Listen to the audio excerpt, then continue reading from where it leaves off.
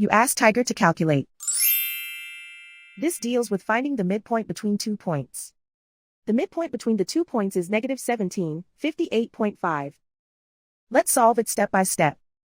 Plot the 2 points and calculate the midpoint using the formula. The coordinates of point 1 are, x1 equals -10, y1 equals 27. The coordinates of point 2 are, x2 equals -24, y2 equals 90. PM represents the midpoint of the 2 points.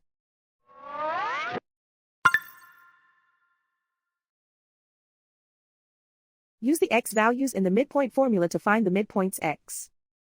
x1 equals -10. x2 equals -24.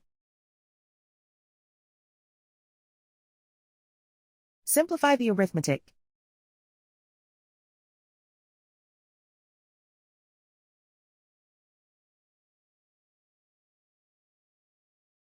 Use the y values in the midpoint formula to find the midpoints y. y1 equals 27.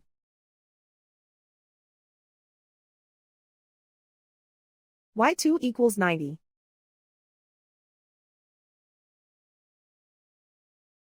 Simplify the arithmetic.